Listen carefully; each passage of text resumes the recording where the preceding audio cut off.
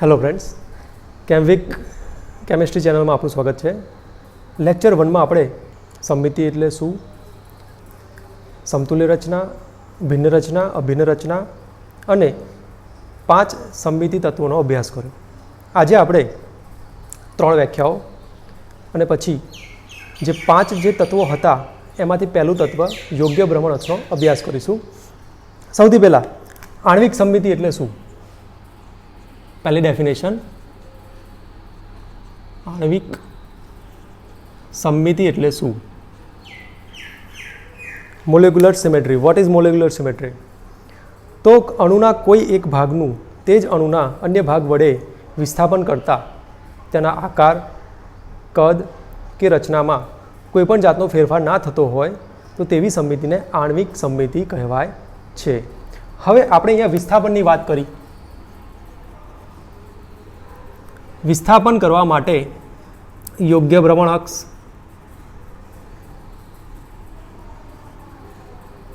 સમમિતિ સમતલ, સમમિતિ કેન્દ્ર, અયોગ્ય ભ્રમણ અક્ષ, આ વગેરે તત્વોનો ઉપયોગ કરવાનો છે.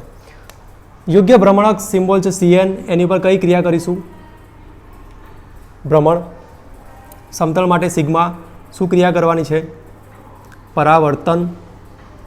કેન્દ્ર માટે I, સંજ્ઞા I છે, એની ઉપર શું કરીશું? વ્યસ્તીકરણ અથવા તો ઉત્ક્રમણ. SN. SN માં શું કરીશું? આ બંને ભેગું ભ્રમણ પ્લસ પરાવર્તન. ફરીથી એકવાર ડેફિનેશન બોલીએ. આણ્વિક સમમિતિ એટલે શું? અણુના કોઈ એક ભાગનું વિસ્થાપન તે જ અણુના અન્ય ભાગ વડે કરતા તેના કદ, આકાર કે રચનામાં કોઈ જાતનો ફેરફાર થતો ના હોય તો તેવી સમમિતિને આણ્વિક સમમિતિ કહેવાય છે. બીજી વ્યાખ્યા, સમમિતિ સંક્રિયા. Symmetry operation. What is symmetry operation? અણુ પર કોઈ સંક્રિયા કરવાની છે તો એના માટે સંક્રિયા કરવા માટે આપણે શું વાપરીશું? અક્ષ, સમતલ, કેન્દ્ર અથવા તો અયોગ્ય ભ્રમણ અક્ષ. એટલે કે આ પણ એક જાતની અક્ષ જ થઈ, પણ આ યોગ્ય છે ને અયોગ્ય છે. આમાં એક ક્રિયા છે, આમાં 2 ક્રિયાઓ છે. હવે કોઈ અણુ ઉપર કોઈ એવી ક્રિયા કરવામાં આવે જેથી મળતું નવું બંધારણ મૂળ બંધારણને સમતુલ્ય, બંધ બેસતું કે અભિન્ન હોય તો તેવી ક્રિયાઓને સમમિતિ સંક્રિયા કહેવાય છે. સમમિતિ સંક્રિયા કરવા માટે આપણે શું કઈ ક્રિયા કરવાની છે? અક્ષ ઉપર ભ્રમણ, તળ ઉપર પરાવર્તન, કેન્દ્ર ઉપર વ્યસ્તીકરણ અથવા ઉત્ક્રમણ બી લખી શકાય, અને SN ઉપર ભ્રમણ પ્લસ બંને ભેગી ક્રિયા કરવાની છે. તો ફરીથી એકવાર, સમમિતિ સંક્રિયા એટલે શું? અણુ ઉપર કોઈ એવી ક્રિયા કરવામાં આવે જેથી મળતું નવું બંધારણ મૂળ બંધારણને બંધ બેસતું, સમતુલ્ય કે અભિન્ન હોય તો તેવી સંક્રિયાને સમમિતિ સંક્રિયા કહેવાય છે. સમમિતિ સંક્રિયા કરવા માટે અક્ષ, સમતલ કે કેન્દ્ર લેવામાં આવે છે. અક્ષ ઉપર ભ્રમણ, સમતલ પર પરાવર્તન અને બિંદુ ઉપર એટલે કે પોઈન્ટ ઉપર વ્યસ્તીકરણ અથવા ઉત્ક્રમણ અથવા તો વ્યુત્ક્રમણ કરવામાં આવે છે. ત્રીજી ડેફિનેશન છે સમમિતિ તત્વો, જે તમે જાણો જ છો. સમમિતિ તત્વો. સમમિતિ તત્વો એટલે શું?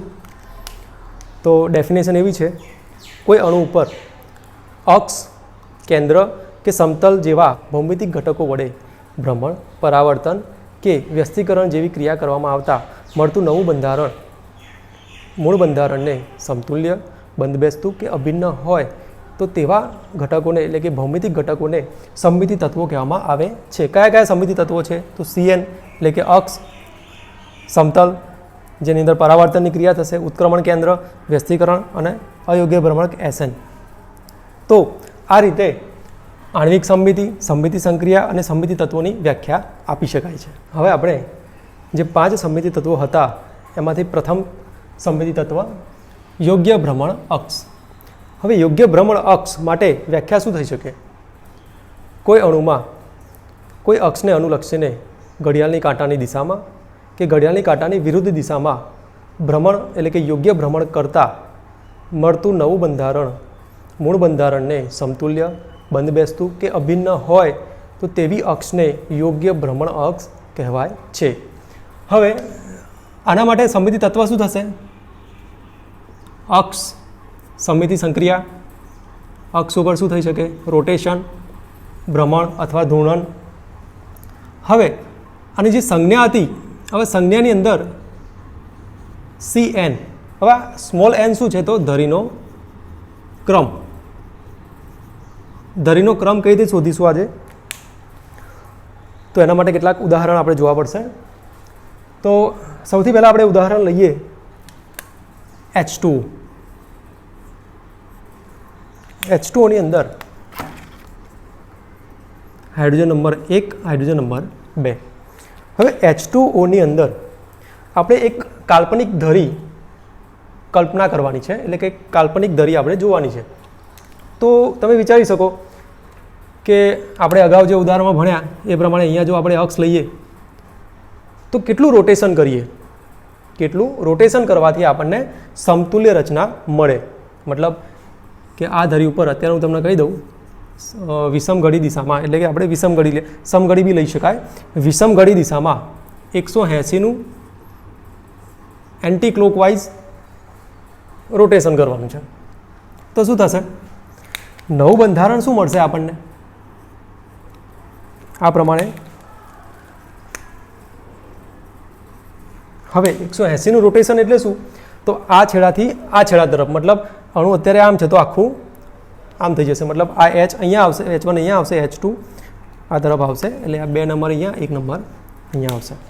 તો આપણે રોટેશન કેટલું કર્યું? 180નું. હવે શું કરવાનું છે? આ ધરીનો ક્રમ શોધવા માટે એક સૂત્ર છે 360 ડિગ્રી ડિવાઇડેડ બાય થીટા. હવે થીટા એટલે શું? તો તમે કેટલું રોટેશન આપ્યું? 180. તો આના માટે શું કરવાનું? 360 ભાગ્યા 180. કેટલો જવાબ આવશે? 18×36 2. એટલે આ જે ધરીનો ક્રમ શું થશે? C2. એટલે એની જગ્યાએ શું મૂકી દેવાના? 2. એટલે C2 ધરીનો ક્રમ. બીજું એક ઉદાહરણ લઈએ BCl3. BCl3નો આકાર સમતલીય ત્રિકોણ છે. હવે આ જે એંગલ ખરો એ એંગલ છે 120. Cl નંબર 1, 2 અને 3. હવે આપણે શું કરવાનું છે? યોગ્ય અક્ષ લેવાની છે, એ અક્ષ ઉપર રોટેશન કરવાનું છે. હવે રોટેશન કેટલું કરવાનું જેથી આપણને સમતુલ્ય બંધારણ અથવા તો અભિન્ન બંધારણ પ્રાપ્ત થાય? તો હવે તમે કલ્પના કરો કે અહીંયા આપણે કઈ જગ્યાએ અક્ષ લઈ શકાય. તો સૌથી પહેલાં તમે જો આ પ્રમાણે તમે અક્ષની કલ્પના કરી હોય તો યોગ્ય છે. બિકોઝ જો તમે આ જે અક્ષ ખરી, હવે એમાં જો પ્લેનર સ્ટ્રક્ચર છે, હવે તમે 180નું રોટેશન આની જેમ આપો તો આ Cl1 અહીંયા આવશે, 3 અહીંયા જશે, એટલે આખું રોટેશન આમ થશે. ઓકે, એ બરાબર છે. તો આનો ક્રમ આની જેમ કયો થશે? C2. એટલે બીજી અહીંયા પણ લઈ શકાય. જો એ જ વસ્તુ છે, બરાબર. આખું તમે આમ 180 ડિગ્રી રોટેશન કરો તો આપણને સમતુલ્ય અથવા મૂળ બંધારણ મળશે. એટલે અહીંયા પણ C2. તો આ C2 તો ખરી, હજુ એક અક્ષ છે જેને આપણે કલ્પના કરવાની છે. તો જો સમતલી અણુ છે, આ બોરોન છે, બોરોનમાંથી પસાર થતી અને સમતલને લંબ એવી કોઈ અક્ષ લઈ શકાય. હવે તમે જુઓ કે આની અંદર તમે કેટલું રોટેશન આપો તો આ Cl1 અહીંયા જ હશે, Cl2 અહીંયા આવશે, Cl3 પાછો અહીંયા આવશે. તો જો આ એંગલ કેટલો છે? 120. તો 120નું રોટેશન આપું એક વખત 120નું રોટેશન હું આપું તો Cl1 અહીંયા આવશે. આપણે અહીંયા ઓપરેશન લખી દઈએ. 120 કઈ દિશામાં? સમઘડી દિશામાં, બરાબર. આપણી અક્ષ ક્યાં છે? C. આપણે અત્યારે નંબર નથી લખતા. હવે આ રીતે રોટેશન આપીએ સમઘડી દિશામાં ક્લોકવાઇઝ. તો 120નું રોટેશન સમઘડી દિશામાં આપવાથી શું થશે? હવે 120નું રોટેશન તમે જોઈ શકો છો, બોરોન, ક્લોરીન, ક્લોરીન અને ક્લોરીન. ચલો, 1 નંબર ક્યાં આવશે? અહીંયા, 2 નંબર અહીંયા, 3 નંબર અહીંયા. તમે જોઈ શકો છો આપણને સમતુલ્ય બંધારણ પ્રાપ્ત થયું. મૂળ બંધારણથી જુદું નથી, મૂળ બંધારણ જેવું છે. મૂળ બંધારણ નથી, મૂળ બંધારણ જેવું છે એટલે શું કહેવાય? સમતુલ્ય રચના. તો વ્યાખ્યા પ્રમાણે સમતુલ્ય રચના આપણને મળી. તો આ જે અક્ષ ખરી કેટલું રોટેશન કર્યું? 120નું. તો તમે સૂત્ર શું છે? 360 ડિવાઇડેડ બાય 120. 12 તરી 36 3, તો આ ધરીનો ક્રમ કયો થશે? 3, C3. હવે આ જે રોટેશનવાળું કદાચ તો જો તમે યાદ હોય તો 12મા ધોરણમાં ગણિતમાં તમે ભણી ગયા હશો, એક આવી કોન્સેપ્ટ તમે ભણી ગયા. અહીંયા આપણે 0 લઈએ તો સામે તમે જાઓ તો કેટલું થાય? 180 અથવા પાઈ. 0 ડિગ્રી 180 ડિગ્રી, મતલબ તમે અહીંયાથી સામે જતા રહો તો 180. હવે અહીંયા આવો તો આ કાટખૂણો છે તો 90. અહીંયા કેટલા થશે? 270. અહીંયા એક્ઝેક્ટ વચ્ચે થશે, એક્ઝેક્ટ વચ્ચે 45. ઓકે, અહીંયા કંઈક 60 જેવું થશે, અહીંયા 72 થશે. તો આ તમે ભણી ગયા કે તમે આ છેડેથી સામે છેડે જાઓ તો 180નું રોટેશન થશે, બરાબર? 180 રોટેશન થશે. હવે આપણે આમ રોટેશન આપ્યું છે આ દિશામાં, બરાબર? આ દિશામાં રોટેશન આપ્યું છે, તમે મૂળ બંધારણ પાછું મળી ગયું, એટલે 2 નંબર આપ્યું અહીંયા આગળ. અહીંયાથી જે અક્ષ હતી એને 120નું રોટેશન આપ્યું, તો કયા નંબરનું થયું? 3. કેમ 3 નંબર થયો? આ સૂત્રના કારણે. હવે આપણે આ જે સૂત્ર હતું n બરાબર 360/θ. હવે જુદા જુદા થીટાના મૂલ્યો માટે જે આપણે આખા ચેપ્ટરમાં અત્યાર સુધી હવે પછી જે ભણીશું એમાં જે કામ આવશે એમાં થીટાની વેલ્યુ મૂકતા જઈશું. 1 નંબર માટે લખીએ. જો ધરીનો ક્રમ 1 હોય તો જો તમે અહીંયા 360 લઈ લો, કેટલા? 360.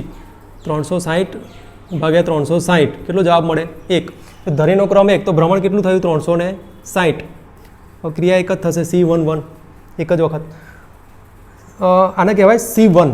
ધરીનો ક્રમ કયો થશે? n બરાબર 1 એટલે C1 ક્રમ. હવે C1 વિશે વાત કરીએ તો દરેક પદાર્થમાં C1 હોય છે, દરેક અણુમાં, દરેક પદાર્થમાં, વિશ્વની પ્રત્યેક રચનાઓમાં C1 હોય જ છે. ઠીક છે. હવે બીજું લઈએ 2 નંબર. તો 2 નંબર ક્યારે આપશે? તો 360/180 એટલે કેટલો જવાબ આવશે? 2. તો અહીંયા રોટેશન કેટલું આપ્યું? 180નું. તો ક્રિયાઓ કઈ થશે? C2 1, C2 2. C2 2 કરો એટલે તમને E મળી જશે. પછી 3 નંબર લાવવા માટે શું કરવાનું? 120નું રોટેશન. તો તમે જોઈ શકો છો 360/120 જવાબ મળશે 3. તો C31, C32, C33. ધરીના ક્રમ જેટલું રોટેશન કરશો એટલે તમને શું મળી જશે? તદેવ. હવે 4 નંબર લાવવા માટે શું કરવું પડશે? 360 ને 90 વડે ભાગો. 9 ચોક 36. તો C41, C42, C43 અને C44. 5 લાવવા માટે 72 degree. C51, C52, 3, 4 and 5. Okay, 4 આપણે આમ લખીએ. તો 6 નંબર લાવવા માટે 60 ડિગ્રી. 6 36. 1, 2, 3, 4, 5 and 6. એ રીતે 7 માટે લખી શકાય. આપણે આ ચેપ્ટર પૂરતું અત્યારે 1 થી 6 સુધીની જરૂર છે, તો 106 સુધી આપણે આ રીતે લખી શકાય. શું કરવાનું છે? આપણે ધરીનો ક્રમ શોધવા માટે 360 ભાગે જેટલું રોટેશન તમે અણુમાં આપો છો. હવે રોટેશન કેટલું આપવાનું છે? તો રોટેશન યોગ્ય આપવાનું છે. ભ્રમણ કેટલું આપવાનું છે? યોગ્ય. યોગ્ય એટલે શું? તો એટલું મિનિમમ રોટેશન કરવાનું કે જેથી આપણને શું મળે? મૂળ રચના જેવી સમતુલ્ય રચના અથવા તો મૂળ રચના પાછી મળે. તો એ તમે અહીંયા લખી શકો. અહીંયા લખો એટલે જે મતલબ ભાગાકાર કરો, જે જવાબ આવે એ તમારા ધરીનો ક્રમ થશે. હવે આપણે બીજા કેટલાક ઉદાહરણ લઈએ અને યોગ્ય ભ્રમણક સમજીએ. સૌથી પહેલાં આપણે લઈએ BCl3 આવી ગયો, તો PtCl4. ચલો, પ્લેટિનમ વચ્ચે આવશે અને 4 Cl આ રીતે. હવે Clનું આપણે નંબરિંગ આપીએ અનુકૂળતા માટે. 1 નંબર, 2 નંબર, 3 નંબર અને 4 નંબર. હવે આ સમતલીય ચોરસ રચના છે, સ્ક્વેર પ્લેનર. હવે આપણે અહીંયા યોગ્ય ભ્રમણ અક્ષની કલ્પના કરવાની છે. ટ્રાયલ એન્ડ એરર મેથડથી તમારે જોવાનું કે અહીંયા કઈ જગ્યાએ અક્ષ લઉં અને રોટેશન કરું તો મને સમતુલ્ય રચના અથવા મૂળ રચના પાછી મળે. તો અત્યાર સુધી આપણે જોયું પ્લેનર સ્ટ્રક્ચર હોય તો સમતલની બહાર આપણે અક્ષ લેવાનો પ્રયત્ન કરીએ. તો સૌથી પહેલાં તમે જો આ પ્લેનર સ્ટ્રક્ચર છે તો પ્લેટિનમમાંથી પસાર થતી અને સમતલને લંબ એવી એક કોઈ અક્ષ લઈ શકાય? કલ્પના કરો, વિચારો. શું આમાં રોટેશન આપવાથી સમતુલ્ય રચના કે અભિન્ન રચના પ્રાપ્ત થશે? તો સૌથી પહેલાં આપણે શું જોવું પડે? આ ખૂણો કેટલો હોય? 90 ડિગ્રી. આ પણ 90, આ પણ 90 ને આ પણ 90. તો હવે જો આપણે અક્ષ અહીંયા લઈએ C, અત્યારે ધરીનો ક્રમ નથી લખતા, તો તમે વિચારો કે આ ધરીનો ક્રમ મારે કેટલો આપવો, તો એના માટે સૂત્ર શું હતું? 360 ભાગ્યા થીટા. હવે થીટા બરાબર આપણે શું લઈશું? તો આ જ લઈએ 90 ડિગ્રી, એટલે આ ક્લોરીન અહીંયા આવે, 1 નંબરનો ક્લોરીન અહીંયા આવશે, 2 નંબર અહીંયા આવશે, 3 નંબર અહીંયા, 4 નંબર અહીંયા આવશે. તો હું લખું છું 90. તો જુઓ કેટલા જવાબ આવશે. તો આ ધરીનો ક્રમ કેટલો થશે? 4. હવે તમે પૂછશો કે રોટેશન કરીશું તો રચના જળવાઈ રહેશે, મતલબ સમતુલ્ય રચના મળે છે? તો ટ્રાય કરીએ. હવે આપણે આ દિશામાં રોટેશન આપીએ તો કેટલું રોટેશન છે? 90નું રોટેશન, બરાબર. હવે 90નું રોટેશન આપો તો જે રચના મળશે એ રચના નહીં બદલાય, ફક્ત ક્લોરીનના નંબરિંગ બદલાશે. 1, 2, 3 and 4. આકાર તો એ જ છે, સમતલીય ચોરસ, બરાબર. તમે બીજી વાર રોટેશન આપો. ઓકે, આ ઓપરેશનને શું કહેવાય? C/1 એટલે પહેલી વાર રોટેશન. એટલે C/2 કરો એટલે 1 નંબર અહીંયા આવશે, સોરી થોડુંક, Cl 2 નંબર. પછી બીજી વખત C/2 કર્યું એટલે અહીંયા C/3 કરો એટલે Cl1 અહીંયા આવશે, C/4 કરશો એટલે Cl1 અહીંયા આવશે. તો મૂળ રચના પાછી મળી. તો C/4 બરાબર શું મળશે આપણને? E. હવે આપણે C4 અક્ષની કલ્પના કરી, જે બરાબર છે, યોગ્ય છે. એટલે આ અક્ષ કેવી છે? યોગ્ય. નામ છે ને યોગ્ય ભ્રમણ અક્ષ, તો આ ભ્રમણ અક્ષ કેવી છે? યોગ્ય છે. ઓકે, હજુ બીજી કોઈ અક્ષ ખરી? હા, વિચારો. તમે અહીંયા કોઈ અક્ષ લો, બરાબર. સમતલીય અણુ છે, પ્લેનર સ્ટ્રક્ચર છે, અહીંયા એક આપણે અક્ષ લીધો, તમે જુઓ રોટેશન કરો, બરાબર. આ બંને જે ખરા, આ બંને Cl ઉપર આવશે અને આ બંને Cl નીચે આવશે. તો કેટલું રોટેશન કેટલું થયું? 180 થાય. તો આ ધરીનો ક્રમ કયો થાય? C2. એવી રીતે અહીંયા પણ કલ્પના કરો, આ પણ C2 થશે કે નહીં? ચેક કરો. આ પણ જો C2 થશે કે નહીં? જો આ જે અક્ષ ખરી, આ અક્ષ ઉપર હું 180નું રોટેશન આપું છું, તો આ Cl1 Cl3ની જગ્યાએ, Cl3 Cl1ની જગ્યાએ, આ તો એની જગ્યા ઉપર જ છે, પ્લેટિનમ એની જગ્યા ઉપર છે, ફક્ત રોટેશન થવાથી આ બે બદલાશે. એવી રીતે અહીંયા લઈ શકાય C2. તો જોઈ શકો છો આમાં 1 C4 અને 4 C2 યોગ્ય ભ્રમણ અક્ષ છે. ઓકે, બીજો કોઈ અણુ લઈએ, બેન્ઝીન. કેમિસ્ટ્રી ભણતા હોય તો બેન્ઝીન વડે આપણે વાકેફ જ હોઈએ, મતલબ બેન્ઝીન વિશે જાણતા જ હોઈએ, બેન્ઝીનનું નામ સાંભળ્યું હોય, એનું સ્ટ્રક્ચર પણ આપણને ખ્યાલ છે, કેલ્ક્યુલેટરવાળું સ્ટ્રક્ચર. ઓકે, હવે બેન્ઝીનમાં આપણે યોગ્ય ભ્રમણ અક્ષની કલ્પના કરવાની છે. તો સૌથી પહેલાં આ જે આપણે કલ્પના કરીને પ્લેનર સ્ટ્રક્ચર હોય તો પહેલાં એક ટ્રાયલ એન્ડ એરર મેથડથી જોઈ જોવાનું કે જે આ જેમ સમતલની બહારની અક્ષ હોઈ શકે, તો સમતલની બહાર એટલે અહીંયા હોઈ શકે. આ બધા અંતર સમાન છે, બધા અંતર સમાન છે. ખૂણો કેટલો હશે? અહીંયા જો દાખલા તરીકે આ બતાવું તો આ બંને વચ્ચે ખૂણો જે હશે એ કેટલો હશે? 60 ડિગ્રી. ઓકે, હવે આપણે અક્ષ ક્યાં હશે? તો આ કેન્દ્ર લઈએ તો અક્ષ આપણી અહીંયા હશે. C ધરીનો ક્રમ નથી લખતો, તો આપણે જો આ એંગલ 160નો છે, આ પણ 60નો છે, આ પણ 60નો, આ પણ 60 વાળા છે, 36, 360. હવે ધરીનો ક્રમ નક્કી કરવો છે. અહીંયા હું કાર્બનનો 1 નંબર આપું છું જાણકારી માટે. 1, 2, 3, 4, 5 અને 6 કાર્બન, C6H6 બેન્ઝીન. હવે શું કરવાનું છે? આપણી અક્ષ અહીંયા છે, સમતલને લંબ, બેન્ઝીનમાં કેન્દ્રમાંથી પસાર થતી સમતલને લંબ. પ્લેનર સ્ટ્રક્ચર છે એટલે એરોમેટિક છે. એરોમેટિકની લાક્ષણિકતા છે પ્લેનર સ્ટ્રક્ચર પ્લસ 4n+2 પાઈ ઇલેક્ટ્રોન હોવા જોઈએ. હવે આ જે અક્ષ ખરી એમાં રોટેશન કેટલું આપવું? 60 ડિગ્રી. 60 ડિગ્રી આપું તો 1 નંબર અહીંયા આવશે, 2 નંબર અહીંયા, એ રીતે બધા નંબર બદલાશે. 1 નંબર આપણે 1 નંબર પર ધ્યાન આપીએ, 1 નંબર અહીંયા આવશે પહેલા વખત. બીજી વખત કરશો 60નું તો અહીંયા આવશે, ત્રીજી વખત અહીંયા આવશે, ચોથી વખત અહીંયા, પાંચમી વખત અહીંયા, છઠ્ઠી વખત પાછું મૂળ. એટલે ધરીનો ક્રમ કયો થશે? 6. જો 360 ભાગ્યા કેટલું રોટેશન છે? 60. 6 6 36 એટલે ધરીનો ક્રમ 6. અને C66 એટલે કે ધરીનો ક્રમ 6 છે, 6 વખત રોટેશન, તો શું મળશે આપણને? તદેવ મૂળ રચના. ઓકે, હવે એક અક્ષ મળી ગઈ C6. શું બીજી આની જેમ બીજું કોઈ અક્ષો હોઈ શકે? ટ્રાય કરો. તો જો આપણે સૌથી પહેલાં આડી આ રીતે પ્લેનર સ્ટ્રક્ચર છે, તો આ ધરીનો ક્રમ C2 થશે કે નહીં? આ ધરીનો ક્રમ C2 થશે કે નહીં? એટલે આ ધરી જે ખરી એમાં C2 છે કે નહીં? પછી અહીંયા પણ છે, C2 છે કે નહીં? ચેક કરો, C2 છે કે નહીં? અને પછી ઓકે, તો જો 1 2 3 4 5 અને 6. એક C6 છે અને 6 C2 છે. C2 અક્ષ કેટલી છે? 6. મતલબ તમે જોઈ શકો છો કે આની અંદર એક C4 હતી, અને 4 C2. C2 કેટલી હતી? 4 હતી અને આ જે હતી વધારે ક્રમવાળી 1 હતી, વધારે ક્રમવાળી 1 અને C2 વાળી 6 છે. તો આવી રીતે જાતે કલ્પના કરી અને તમે કોઈ પણ અણુનો આકાર તમને ખ્યાલ હોય તો તે ટ્રાયલ અને એરર મેથડથી તમારે જોવાનું કે આની ઉપર આટલું રોટેશન આપતા મૂળ રચના કે સમતુલ્ય રચના પ્રાપ્ત થાય છે. જો થતી હોય તો આપણે એ અક્ષ ફાઇનલ કરવાનું. હવે આપણે અન્ય કેટલાક ઉદાહરણ દ્વારા સમજવાનો પ્રયત્ન કરીએ. તો સૌથી પહેલાં લઈએ એમોનિયા, NH3. તો એમોનિયાનો આકાર કેવો છે? પિરામિડલ શેપ છે, આ રીતે, બરાબર. આ રીતે 3 H છે, 1, 2 અને 3. અને અહીંયા નાઇટ્રોજન છે, આ રીતે. પણ આપણું બોર્ડ 2D છે, સમજવા માટે આ રીતે લખી શકાય. ઓકે, હવે અહીંયા આગળ જુઓ તો અહીંયા અક્ષ કઈ જગ્યાએ લઈ શકાય, બરાબર. તમે આમ વિચારી શકો છો, પણ તમે આમ રોટેશન આપો, મતલબ 360નું નહીં આપવાનું, પણ એના સિવાયનું કોઈ પણ રોટેશન આપો તો બંધારણ બદલાઈ જશે, બરાબર. C2 અહીંયા તમે C2 લઈને કદાચ C2 લઈને ક્રિયા કરવા જાઓ તો આખો એમોનિયા ઊંધો થઈ જશે, મતલબ રચના બદલાઈ જશે. પછી કોઈ અહીંયા વિચારે આડી આ રીતે, તો એ પોસિબલ નથી. કેમ? કારણ કે જો અહીંયા તમે 120નું રોટેશન આપશો, સોરી 180નું, તો શું થશે? આખું અણુ ઉલટાઈ જશે. તો અહીંયા આગળ અક્ષ ક્યાં હશે?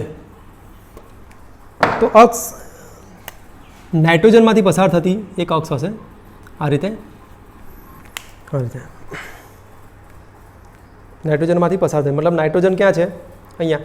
તો અહીંયા એક અક્ષ હશે. હવે તમે જુઓ રોટેશન આપો તો જો આ રેડવાળું જે હતું ઢાંકણું ત્યાં બ્લેક આવી ગયું, મતલબ કે અહીંયા રોટેશન કેટલું આપવાનું છે? 3 બંધ છે, બરાબર, 120. હવે 120નું રોટેશન તમે આપો 120. હવે અહીંયા 1 નંબર, 2 નંબર અને 3 નંબર, અહીંયા ધરીનો ક્રમ નથી લખતો, ફક્ત 120નું રોટેશન આપણે લખીએ. તો 120નું રોટેશન આપવાથી શું થશે? 1 નંબર અહીંયા, 2 નંબર અહીંયા, 3 નંબર અહીંયા, મતલબ રોટેશન થયું. કેટલું થયું? 120નું. તો ક્રમ કયો થશે? C3. એટલે એમોનિયાની અંદર નાઇટ્રોજનમાંથી પસાર થતી એક અક્ષ છે, જે એનો ક્રમ કયો છે? C3. ઓકે, હવે આના જેવું જ એક બીજું લઈએ.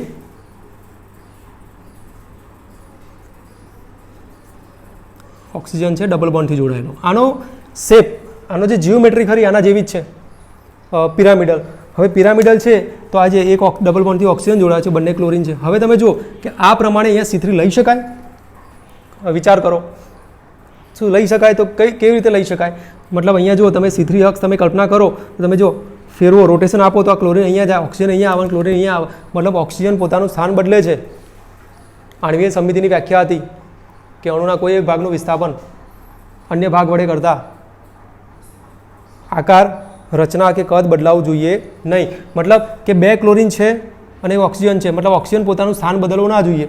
અહીંયા શું હતું? જો અહીંયા પણ હાઇડ્રોજન, અહીંયા પણ હાઇડ્રોજન, અહીંયા પણ હાઇડ્રોજન, મતલબ કે તમે વિસ્થાપન કર્યું, આ Hનું વિસ્થાપન આના વડે કર્યું, મતલબ H અહીંયા આવી ગયો, આનું વિસ્થાપન આના વડે કર્યું તો 2 અહીંયા આવ્યો, તો આનું વિસ્થાપન આના વડે કર્યું તો 3 અહીંયા આવ્યો. પણ જો અહીંયા હાઇડ્રોજન હતો તો હાઇડ્રોજન જ છે, અહીંયા પણ હાઇડ્રોજન છે તો હાઇડ્રોજન જ હતો, મતલબ હાઇડ્રોજન હાઇડ્રોજન, મતલબ કે પરમાણુ પોતાનું સ્થાન બદલે ખરા, પણ એ જ પરમાણુ એની જગ્યાએ આવવું જોઈએ.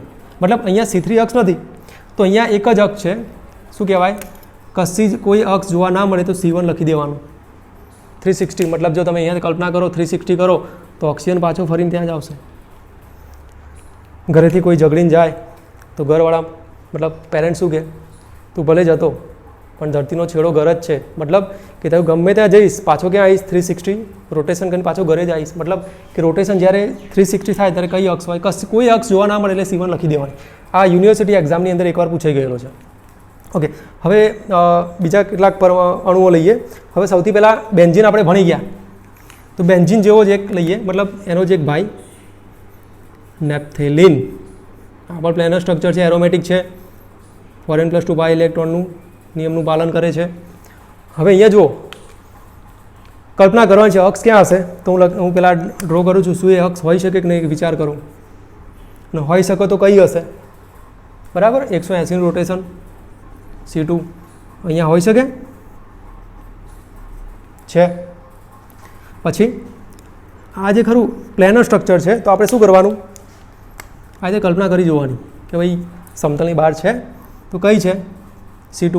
જો આના આપણે આલ્ફા કહીએ, આના આલ્ફા કહીએ, આના બીટા કહીએ, આના આલ્ફા, બીટા. ઓકે, તમે જો આ અક્ષ છે, રોટેશન કરો, બરાબર, આ ક્યાં આવશે, મતલબ તમે રોટેશન કરો, તમે જોઈ શકો છો આ આખો ભાગ અહીંયા આવશે અને આખો ભાગ અહીંયા આવશે. તમે આ અક્ષનો વિચાર કરો, આલ્ફાની જગ્યાએ આલ્ફા અને બીટાની જગ્યાએ બીટા. તમે અહીંયા જો આ અક્ષવાળું છે, બીટાની જગ્યા ઉપર બીટા અને આલ્ફાની જગ્યા ઉપર આલ્ફા, બે પ્રકારના કાર્બન છે. ઓકે, અહીંયા પર મતલબ ટોટલ કેટલી અક્ષો છે? 3C2. નેથ્રલમાં શું છે? 3C2 છે. હવે બીજું કોઈ અણુ લઈએ, PCl5. હવે એનો આકાર જે ખરો થોડોક સમજવા જેવો છે.